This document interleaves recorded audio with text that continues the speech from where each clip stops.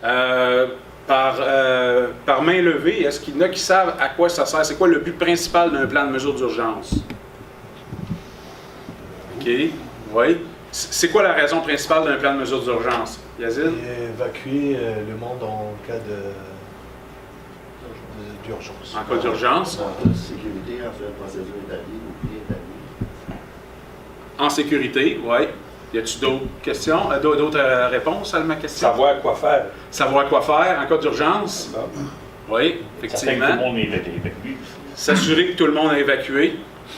Donner les consignes ou l'alerte qui va être utilisée par le monde pour justement exécuter les...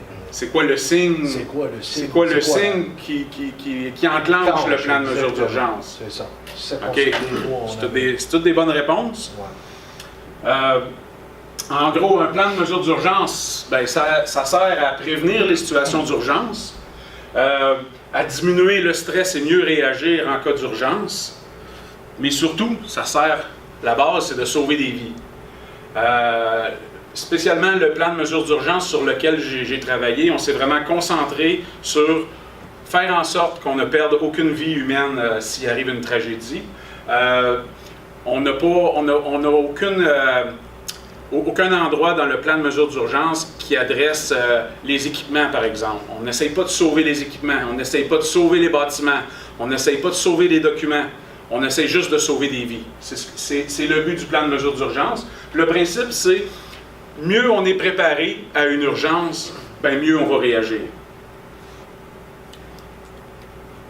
Les cas d'urgence possibles, surtout dans notre industrie, nécessairement c'est l'incendie, c'est probablement la principale qu'on a.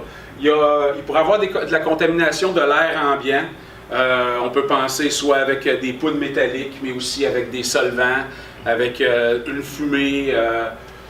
Ça pourrait être des déversements. Si on aurait par exemple un déversement de solvant, ça pourrait être un cas d'urgence qu'on peut voir, c'est un accident de travail, un accident grave. Il faut réagir à ça.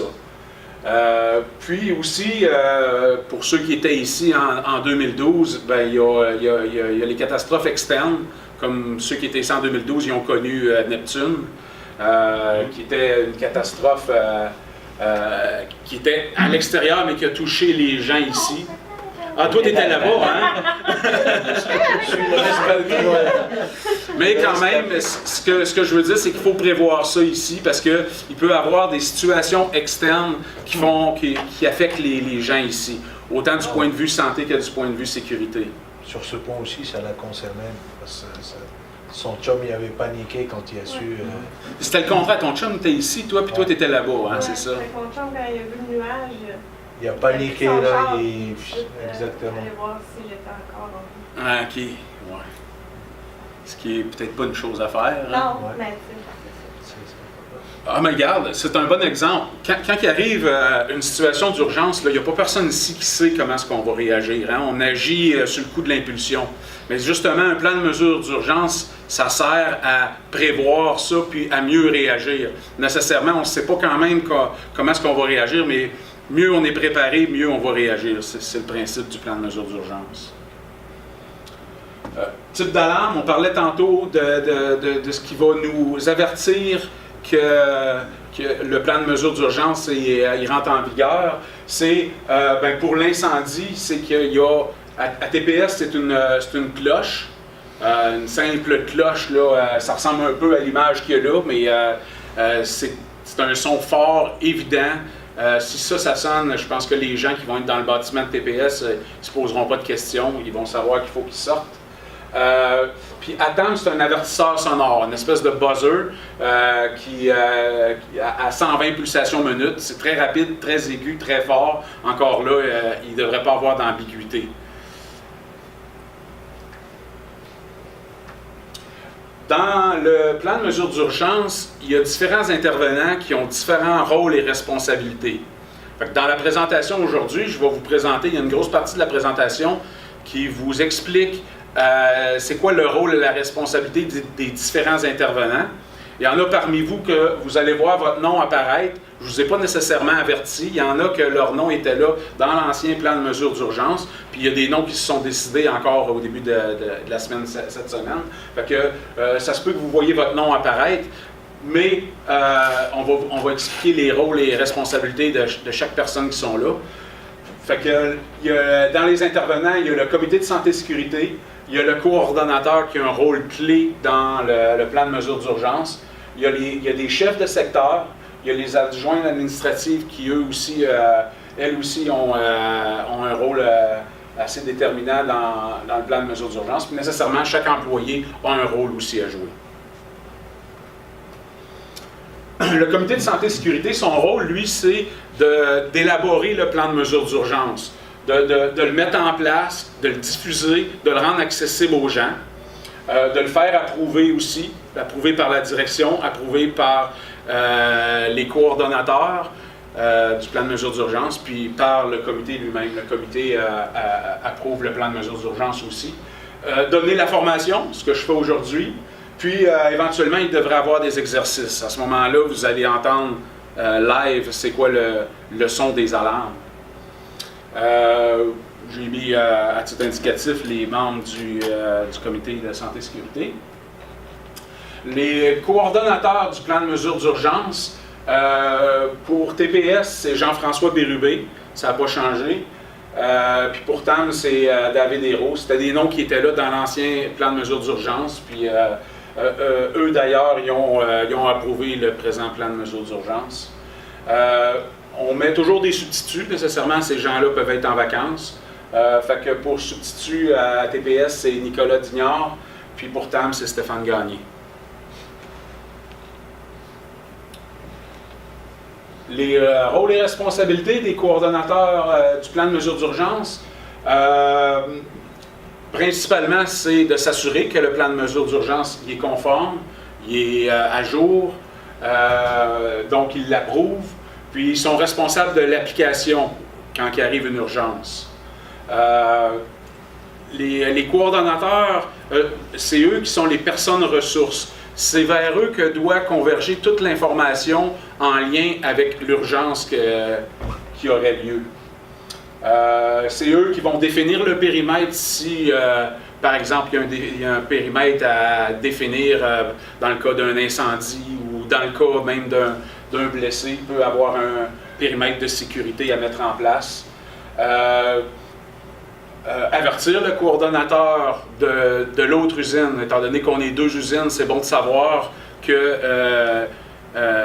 ce qui se passe dans l'autre usine, surtout s'il y a une urgence, ou si, dû au fait qu'il y a un échange de personnel entre les deux usines, c'est bon de savoir ce qui se passe dans l'autre usine.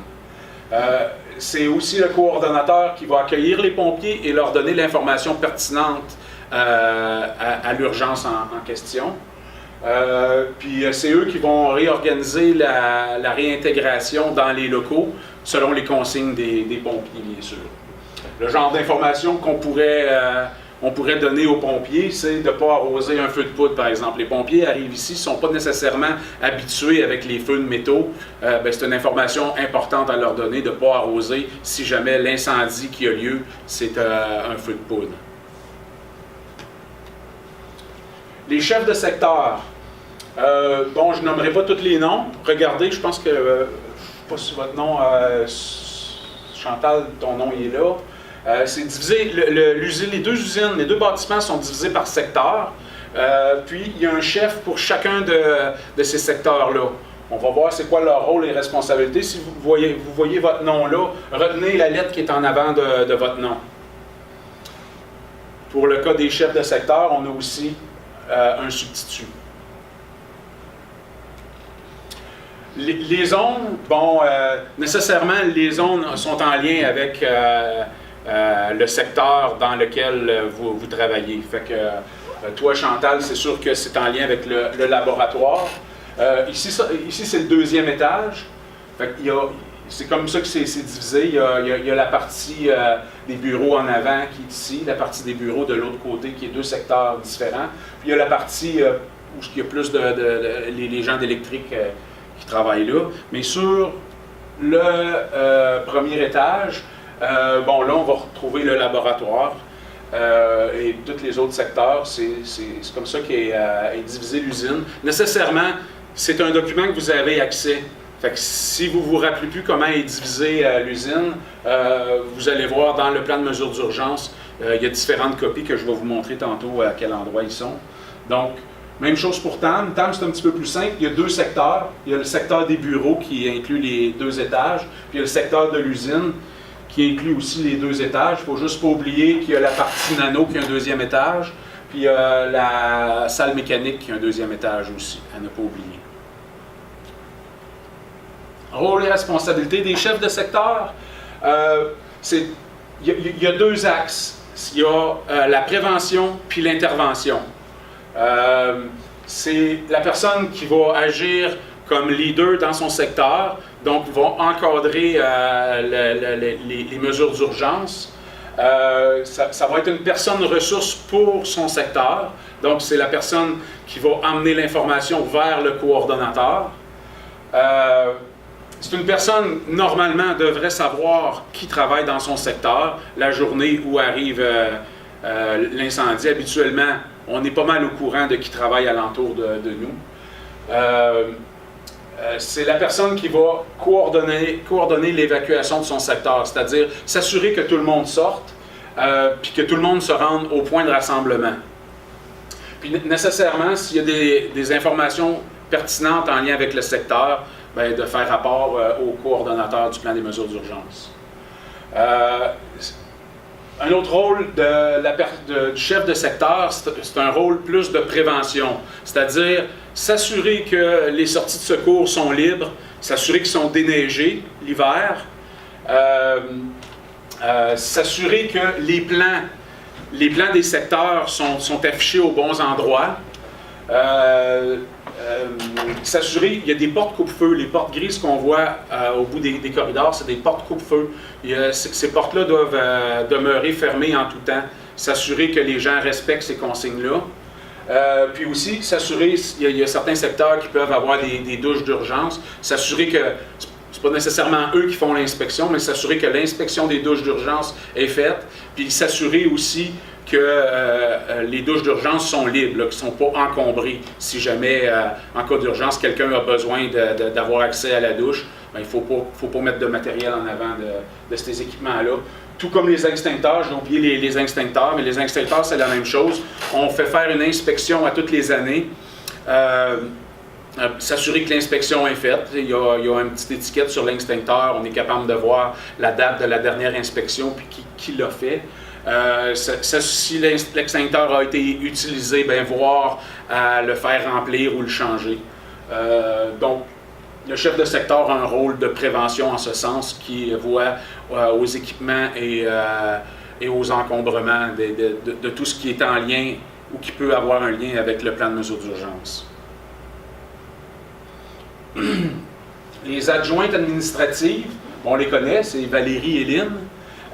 Les substituts, ben, c'est Louise puis Victor. Leur rôle et responsabilité, bon, eux autres, leur premier rôle, c'est de contacter le 911 si on leur demande. Par exemple, s'il y a un accident en quelque part dans l'usine, on peut demander à l'adjointe administrative de contacter le 911 pour leur donner, ça peut être pour appeler l'ambulance, mais ça pourrait être aussi appeler les pompiers. Donc, l'adjointe administrative a besoin des informations pertinentes pour pouvoir communiquer le 911. Lors de l'évacuation, c'est la personne qui va apporter avec elle la liste des visiteurs. Elle va imprimer l'horodateur. Elle va apporter une copie papier du plan de mesure d'urgence. On met ça dans une chemise rouge qui est à l'entrée. Fait que pour elle, c'est facile de prendre la chemise rouge puis de sortir avec. Puis il y a des walkie-talkies qu'on met à disposition au cas où on en aurait besoin, tout dépendant de l'urgence. Ça se peut qu'on ait besoin des walkie-talkies.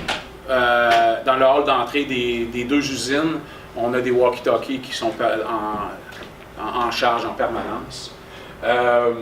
Pour ce qui est de l'horodateur, Ce qu'on m'a expliqué, c'est que eux, ils ont pris l'habitude de le laisser ouvert sur leur ordinateur.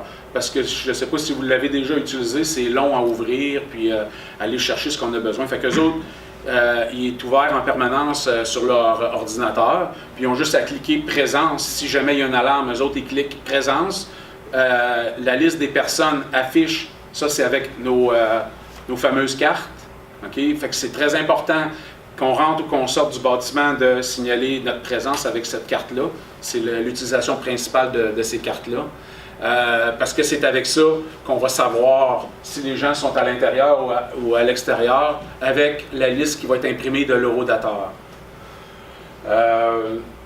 Finalement, les adjointes administratives se rendent au point de rassemblement. Fait qu'ils ont pris tous leurs 4 items, ils sortent.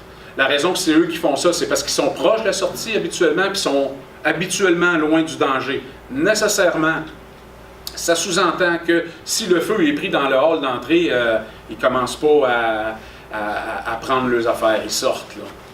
On se comprend bien, là.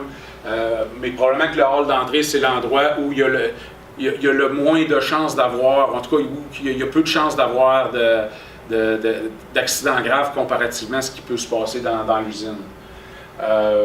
Donc, elle se rend au point de rassemblement, étant donné que c'est elle qui a les feuilles avec la liste des gens, bien, c'est elle qui va prendre les présences, puis elle va faire rapport au coordonnateur. Bon, j'avais Yazid sur ma liste de présence, puis il n'est pas là. Est-ce qu'il est encore à l'intérieur? Est-ce qu'il y a quelqu'un qui a vu Yazid à l'intérieur? Oh, le feu est dans son secteur. Il est peut-être rendu au lab, il est peut-être, tu sais, on ne le sait pas. Le témoignage des gens devient très important. Si avec la feuille de l'horodateur, on dit Yazid n'est pas sorti, puis il n'y a pas personne qui l'a vu, puis en plus le feu est dans son secteur, il y a des bonnes chances qu'on envoie les pompiers. On dise aux pompiers, il y a quelqu'un dans ce secteur-là. Les pompiers, eux autres, sont équipés, puis ils vont intervenir. Fait que c'est pour ça que c'est des informations ultra importantes. La carte devient ultra importante aussi.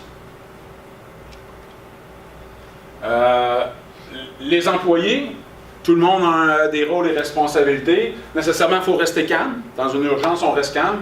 On évalue la situation alentour de nous. On ne veut pas se mettre plus en danger qu'on pourrait l'être au moment où on entend l'alarme. Donc, c'est important d'évaluer, surtout si l'urgence arrive dans notre secteur. Si le feu est dans notre secteur, par exemple, c'est important de savoir qu'est-ce qui se passe. Donc, on observe, justement pour ne pas se mettre en danger. On sécurise les lieux. Là, je vais faire une parenthèse pour expliquer ce qui est écrit dans la parenthèse. Le « si possible », vous allez le voir encore, ça veut dire « si ça ne met pas votre sécurité en danger ». OK? Vous allez le voir ailleurs. « Si possible », c'est si ça ne met pas votre sécurité en danger. Donc, on sécurise les lieux si ça ne met pas votre sécurité en danger. Sécuriser les lieux, ça veut dire quoi? Ça veut dire, bon, on a une machine qui est en marche, on arrête la machine si ça ne porte pas atteinte à votre sécurité. Ça peut être aussi de définir un périmètre de sécurité si c'est un déversement. Ça peut être d'aider quelqu'un, bon, on le dit plus loin. S'il y a quelqu'un qui a besoin d'aide, on peut lui porter secours si ça ne met pas notre sécurité en danger. Mais la chose à faire avant de porter secours à quelqu'un, c'est de demander de l'aide. Donc, par la voix, on demande à quelqu'un qui est plus loin, « Pourrais-tu venir m'aider? Il y a quelqu'un qui a besoin d'aide. » C'est important de demander de l'aide parce que des fois, quand on est accroupi pour aider la personne, les gens ne nous voient plus, on n'a plus le temps de demander de l'aide ou tout simplement, on n'y pense plus. Donc, on demande de l'aide et on porte secours à la personne si ça ne met pas notre sécurité en danger. Puis finalement, c'est de sortir et de se rendre au point de rassemblement. Ça, c'est les rôles et responsabilités de tout employé. Un point important que je mets là, on ne retourne jamais à l'intérieur.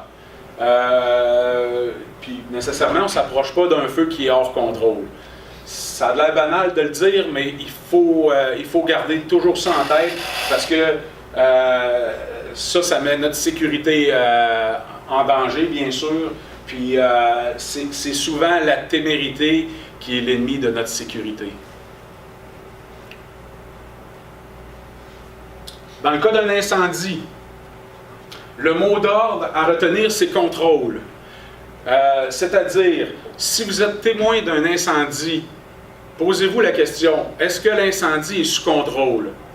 Si vous jugez que c'est sous contrôle, vous pouvez prendre la peine de prendre un extincteur puis d'essayer d'éteindre l'incendie. Mais à partir du moment où l'incendie n'est pas sous contrôle, on ne touche pas aux extincteurs, on sort. Puis by the way, en sortant, on sonne l'alarme pour avertir les autres aussi. Puis dites-vous une chose, si vous êtes en train de vous poser la question si l'incendie est sous contrôle, c'est probablement qu'il ne l'est pas. Fait que posez-vous pas la question plus loin, sortez. Fait que c'est important parce que, comme je vous l'ai dit au début, ce qu'on veut faire, c'est sauver des vies. Sauver des vies, le matériel, ça c'est pas grave, il brûlera le matériel. Mais on veut pas que personne risque sa vie pour sauver du matériel. Donc, on sort. Puis, comme je le dis, en même temps, on avertit les autres pour que les autres sortent aussi, parce qu'on sait qu'un incendie, ça peut dégénérer. Donc, on déclenche l'alarme, on sort, on se rend au point de rassemblement. Puis là, j'ai mis un point communiqué nécessairement parce qu'on a été témoin d'un incendie. On explique au coordonnateur du plan de mesures d'urgence qu'est-ce qu'on a vu. C'est important parce que lui, il va donner cette information-là aux pompiers. Encore une fois, on ne retourne jamais à l'intérieur, puis si l'incendie est hors contrôle, on ne s'en approche pas. Avec une exception phénoménale, notre coordinateur n'est pas au courant, il y a encore quelqu'un qui est là, qui crie. Moi, je retournerai en dedans. On ne retourne pas en dedans. Non, ça c'est clair. Tu n'es pas équipé pour ça. Les pompiers vont arriver dans les minutes qui vont suivre. Je vais faire ma part, tu comprends? S'il peut poigner chez nous, les pompiers s'en viennent, puis je ne suis pas sûr que c'est à l'extérieur. C'est sûr que je vais aller m'en je peux t'expliquer un peu. Moi, je comprends ce que tu veux dire. Mais l'instinct aussi de survie, après un contrôle, la procédure, à un moment donné, tu t'oublies quand tu penses à l'autre personne. Mais ce qu'il faut que tu gardes en tête, c'est qu'il faut que tu sauves ta peau. Ouais, ça, c'est très important. Je comprends, mais... Si tu es à l'intérieur, puis qu'il y a quelqu'un qui est là, puis ta sécurité n'est pas en danger, tu interviens. Mais une fois que tu es sorti, tu es sorti. Quand tu es sorti, tu es sauvé. Quelqu'un qui est en dedans, là, puis il y a le feu, là. J'aurais de la misère avec ça. Il y a peut-être quelqu'un d'autre qui est en train de l'aider. Puis toi, en rentrant, tu vas peut-être mettre ta sécurité en danger. Mais je m'assurerais vraiment, en rentrant, de ne pas être en danger, mais c'est sûr, je ferais tout pour sauver les personnes qui sont en danger. Puis en plus, je vais aller plus loin que ça. L'information que tu as, en sachant qu'il y a quelqu'un à l'intérieur, c'est qui, c'est quoi son nom, qu'est-ce qui est arrivé, cette information-là est primordiale pour les pompiers. Si tu retournes à l'intérieur et t'arrive quelque chose, les pompiers n'ont pas cette information-là. Si tu restes à l'extérieur, les pompiers vont arriver des minutes qui vont suivre. Eux autres sont équipés. Ils ont tout l'équipement pour rentrer à l'intérieur. L'information que tu as en ta possession est bien plus importante de la donner aux pompiers pour qu'eux y interviennent que de perdre ta vie à l'intérieur. Ça, c'est sûr, je peux même pas te dire... Tantôt, je disais, on ne sait pas comment est-ce qu'on va réagir, là, mais garde en tête que si tu es rendu à l'extérieur, tu ne rentres pas à l'intérieur. Garde ça en tête, c'est très, très, très important. Ce qu'on veut, c'est sauver des vies. D'autres situations qui peuvent porter atteinte à la sécurité, bon, là, on les a nommés un petit peu tantôt, là, mais ça peut être des fumées, des nuages de poudre, des déversements, des vapeurs nocives. Bon, la chose à faire, je ne peux pas adresser chacune des situations parce qu'on serait ici le restant de l'après-midi puis peut-être la soirée, mais de façon générale, il faut évaluer la situation. Je vais vous donner un exemple. On voit quelqu'un qui est étendu dans une salle. On passe en avant de la porte d'une salle. Il y a quelqu'un qui est étendu à terre. C'est important d'évaluer la situation avant de rentrer là. Pourquoi que la personne est à terre? Est-ce qu'il y a des objets sur une étagère qui est tombé dessus? Est-ce qu'il y a des objets alentour de la personne? Si oui, bien, il y a peut-être d'autres objets qui vont me tomber dessus si je rentre là. Il faut évaluer la situation. Ça peut être aussi des gaz toxiques, comme tu viens de le mentionner. On sécurise si possible.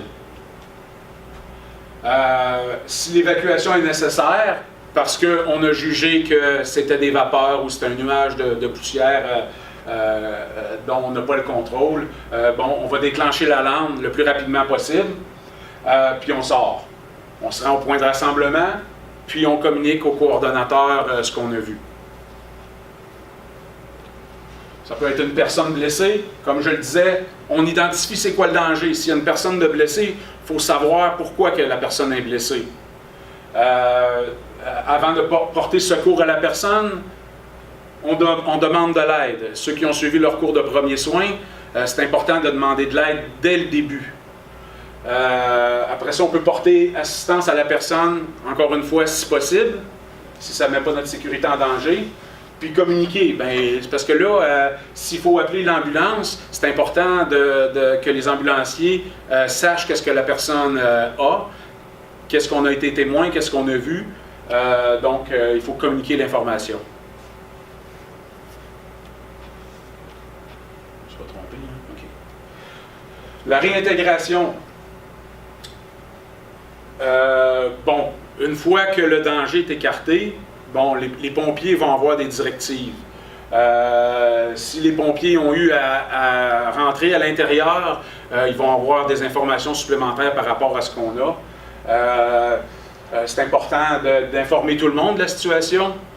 Prendre les précautions. Ça se peut qu'il y ait des précautions à prendre. Réintégrer les lieux graduellement si nécessaire. Dans le cas de l'explosion de la balayeuse à Tam, on avait réintégré la cafétéria parce qu'il y avait encore de la fumée dans l'usine. Donc, c'est pour ça qu'il est mentionné de réintégrer graduellement. Puis, quand on procède à la réintégration, on le fait selon les directives des pompiers et du coordonnateur du plan de mesures d'urgence. Puis, à ce moment-là, c'est quand les dangers sont écartés. Les documents pour le plan de mesures d'urgence, il y a des copies papier, puis il y a une copie électronique qui est sur le lien que vous voyez à l'écran.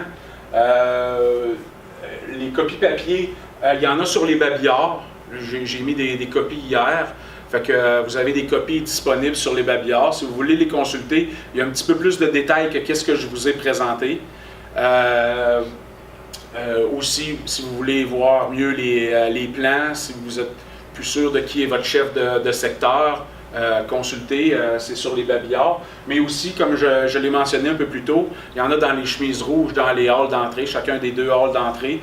C'est des copies que l'adjointe administrative prend avec elle quand elle évacue. Est-ce qu'il y en a qui ont des questions? Oui, Yazid. J'en ai une. Tantôt, tu disais que les adjointes administratives, ils imprimaient le ordinateur, sortaient avec la liste. Mais les gens qui quittent, les employés, doivent-tu puncher avant de sortir? Non. C'est un point important. Puncher. OK. On ne punche pas, on sort. Parce que s'il y a 10 personnes en avant de nous autres, ça va être assez long de sortir. On veut sortir le plus vite possible. Il faut vraiment qu'elle ait la liste des gens qui sont rentrés dans... Voilà. Parce que si tu punches, ta vie, elle ne sera pas en danger, mais tu ne seras pas dans la liste. Okay. Fait que quand elle va prendre les présences, elle nommera pas Yazid, puis toi, tu vas être là. Okay. C'est pas tellement grave, mais ce qui est plus grave, c'est le délai que ça cause avant de sortir. On veut sortir le plus rapidement possible.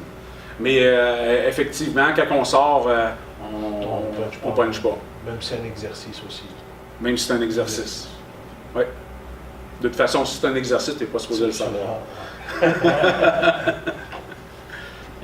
D'autres questions? Moi, j'en ai. OK. On va tester si vous avez bien écouté. Sous quelles conditions peut-on retourner à l'intérieur du bâtiment après avoir évacué? Aucune. Ah, s'il y a quelqu'un qui appelle au secours, est-ce qu'on y va? S'il n'y a pas trop de fumée, est-ce qu'on y va? Si le feu il est sous contrôle, est-ce qu'on y va? On ne sait pas s'il est sous contrôle, on est à l'extérieur. Comment est-ce qu'on peut juger que le feu est sous contrôle? La seule façon, la seule raison qu'on peut retourner à l'intérieur, c'est selon les directives des pompiers et le coordonnateur du plan de mesures d'urgence. Le plus safe. Ouais. Lesquelles de ces informations sont pertinentes pour les pompiers lors de leur arrivée, si s'il y a un incendie, bien sûr. OK? Est-ce que le nombre des personnes qui sont sorties, c'est important pour eux? La liste de présence, c'est pas important. S'il y a quelqu'un à l'intérieur, est-ce que c'est important pour eux? Oui. Absolument.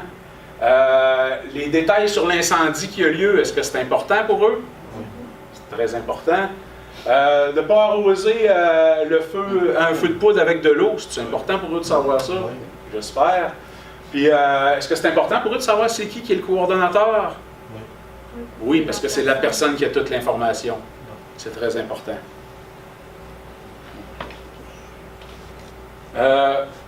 Qu'est-ce qui caractérise l'alarme d'incendie? Est-ce que c'est 20 pulsations à la minute, un son de cloche, un stroboscope rouge ou un avertisseur sonore fort et aigu à 120 pulsations secondes? B et D. Oui, exactement. B pour TPS, D pour TAM. Pourquoi que le bas, c'est des pulsations, une question de bruit? Ouais, ça n'a pas été construit en même temps. Hein? Fait que le système, les systèmes qui étaient vendus au moment où TAM a été construit, c'est ceux-là. TPS a été construit il y a plusieurs années, puis à ce moment-là, ben, c'était des cloches qui installaient. Le premier techno, c'était une cloche en haut. C'est moi qui C'était Jacques qui montait, ouais. À quoi sert un PMU? Respecter la réglementation, limiter les dégâts matériels, sauver des vies ou justifier mon poste? J'espère que vous l'avez retenu, celui-là. Sauver des vies. Que doit-on faire si on est témoin d'un incendie qui est hors contrôle à l'intérieur d'un bâtiment? Est-ce qu'on doit essayer de le contrôler? Est-ce qu'on doit essayer de l'éteindre? Est-ce qu'on doit sonner l'alarme? Est-ce qu'on doit sortir du bâtiment? Puis se rendre au point de rassemblement? Dans l'ordre, hein? Effectivement. Quelles sont les conséquences si on déclenche une alarme d'incendie alors qu'un incendie était sous contrôle? Vous comprenez la question? Il y a un incendie, il est sous contrôle, vous décidez de déclencher l'alarme quand même. Qu'est-ce qui arrive? Est-ce qu'on peut aller en prison? Est-ce qu'on peut être congédié? Est-ce qu'on peut recevoir une amende? Oui. Je sais pas. Je suspecte. Il n'arrive rien. pas taper. Il n'arrive rien. Je ne l'ai pas mentionné plus tôt, j'aurais dû le mentionner, mais c'est pour ça que je l'ai mis en question, pour ne pas l'oublier. Parce qu'il y a une croyance qui dit que si on sonne l'alarme pour rien, on va avoir une amende. C'est pas le cas. C'est pas le cas. Chez Neptune, quand on a redémarré l'usine, là, il y a une semaine, là, les pompiers sont venus 5 fois. On n'a pas reçu aucune amende. Là. Parce que dans le redémarrage de l'usine, on avait des problèmes d'ajustement d'alarme. Il est arrivé un paquet de choses qui faisaient que c'est un procédé hyper sécuritaire après l'explosion, bien sûr. Puis c'était trop sécuritaire même, ce qui faisait que l'alarme d'incendie a été déclenchée. Là, dans les 2 premiers mois, l'alarme d'incendie doit avoir été déclenchée une vingtaine de fois, certains. Les pompiers, on les connaissait par leur prénom. Ils venaient, il y a une semaine, ils sont venus tous les jours. Puis on n'a jamais eu une alarme pour ça. Nécessairement, vous allez dire qu'ils étaient hyper sensibilisés avec Neptune, mais peu importe. Quand ils sont venus pour TAM, ben là, c'est sûr qu'ils n'ont pas pu faire grand-chose. Mais même si ça leur a été une fausse alarme, ils nous l'ont dit. On aime mieux être appelé pour rien qu'être appelé ne serait-ce qu'une minute trop tard. Toutes les minutes comptent pour les pompiers. Donc, c'est pour ça qu'on dit on ne tarde jamais avant de déclencher l'alarme. Donc, il ne peut rien arriver. En fait, la seule conséquence, c'est qu'on a à évacuer. Il faut évacuer. On aura évacué pour rien, c'est pas grave. On est mieux d'avoir évacué pour rien que le contraire. C'est-à-dire, on aurait dû évacuer puis on ne l'a pas fait. Qu'est-ce qui peut déclencher une alarme d'incendie? Comment l'alarme sonore, si on entend l'alarme sonore, c'est quoi qui peut l'avoir déclenché? Est-ce que c'est une détection de fumée? Est-ce que c'est le démarrage des gicleurs? Est-ce que c'est une détection de haut niveau d'eau dans les salles mécaniques? Est-ce que c'est une station manuelle qu'on tire à côté des portes d'entrée? Est-ce que c'est une détection d'hydrogène? Est-ce que vous avez une idée? C'est quoi? Quel dernier, vous l'avez? B et D. Jean-Félix, tu dis B et D. Toi, tu dis les 4 derniers. B, C, D, E. Il n'y a pas personne qui pense qu'une détection de fumée peut déclencher la lampe d'incendie? C'est le détecteur de fumée ici. Comment? Il y a des détecteurs de fumée dans l'usine. C'est ça la réponse, c'est qu'il n'y en a pas. Non, c'est ça. Il n'y a pas de détecteur de fumée dans l'usine. Il y a des détecteurs de fumée locales à la cafétéria pour les toasts brûlés. Pour, ici, dans les bureaux, il y a des... je ne sais pas ici, mais à TAM, il y a des détecteurs de fumée, mais c'est une alarme sonore locale, comme des détecteurs de fumée de maison. Mais c'était juste au cas qu'il y avait des croyances qu'il y avait des détecteurs de fumée. Parce que quand il y a eu le feu de balayeuse, on s'est posé la question pourquoi que la lampe d'incendie n'est pas partie. Ben, c'est parce qu'il n'y a pas personne qui l'a déclenché. C'est pas à cause qu'il n'y a pas eu de détection de fumée, il n'y a pas de détecteur de fumée. Le démarrage des gicleurs. Les gicleurs, comme on voit ici, eux autres, c'est une espèce de petite capsule qu'ils font à basse température. Quand je dis à basse température, là, c'est quelques centaines de degrés quand même. Là. C'est que s'il y a un feu en dessous du gicleur ici, il y a une petite capsule dans le gicleur qui va fondre puis qui va laisser passer l'eau. Okay? Donc, il y a juste un gicleur qui va partir, ça va être celui-là si c'est un feu ici. Nécessairement que si le feu il prend de l'ampleur, les 2 autres gicleurs de la salle vont partir aussi. Mais si l'origine du feu est ici, c'est lui qui va partir en premier. Après ça, les autres vont partir quand que le feu va être rendu vis-à-vis ces gicleurs-là. La manière que ça fonctionne, c'est que dans le système de gicleur, à l'entrée du système de gicleur, il y a une flow switch qu'on appelle. C'est une détection de débit. C'est une petite switch qui détecte le mouvement d'eau. Fait que s'il y a un gicleur qui part, dans la conduite principale, la flow switch va détecter un mouvement d'eau, puis ça va déclencher la lampe d'incendie. C'est relié au système d'incendie. Donc, le démarrage d'un seul gicleur peut faire partir la lampe d'incendie. Le haut niveau, la raison pourquoi je l'ai mis là, c'est qu'il est arrivé un événement à TAM il y a quelque temps, je ne sais pas, je n'étais pas ici, mais c'est qu'il y a eu un feu dans une poubelle, puis il y a un tuyau d'eau en PVC qui a fondu, puis quand que le tuyau d'eau a fondu, ben, l'eau a éteint le feu. C'est ce qu'on m'a conté. Mais l'eau a continué à couler, le feu s'est éteint. Il y avait plein de boucanes dans le bâtiment, mais le feu s'est éteint, mais l'eau a continué de couler. Ça s'est retrouvé dans la salle mécanique, là où on a une détection de niveau. Donc, on a eu une alarme de haut niveau. La lampe de haut niveau, ce qu'elle fait, c'est qu'elle appelle à la centrale d'alarme. Elle donne un signal à la centrale d'alarme, comme quoi il y a un haut niveau. Dans ce cas-là, c'était chez TAM. La personne de la centrale d'alarme, elle a une liste d'appels, elle appelle la personne qui est sur sa liste d'appels, puis elle dit « J'ai une alarme de haut niveau à TAM ». La personne, elle, ce qu'elle pense, c'est qu'il y a une fuite d'eau impartie. C'était M. Hudon, François Hudon. François Hudon, il est allé à TAM. Quand il est arrivé à l'intérieur, il a constaté qu'il y avait beaucoup de fumée.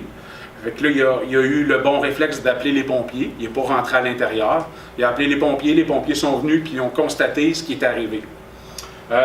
C'est ce qui fait que les gens ont tendance à croire qu'un haut niveau d'eau va déclencher la lampe d'incendie, ce qui n'est pas le cas. Au laboratoire, ils ont des détecteurs de niveau d'eau.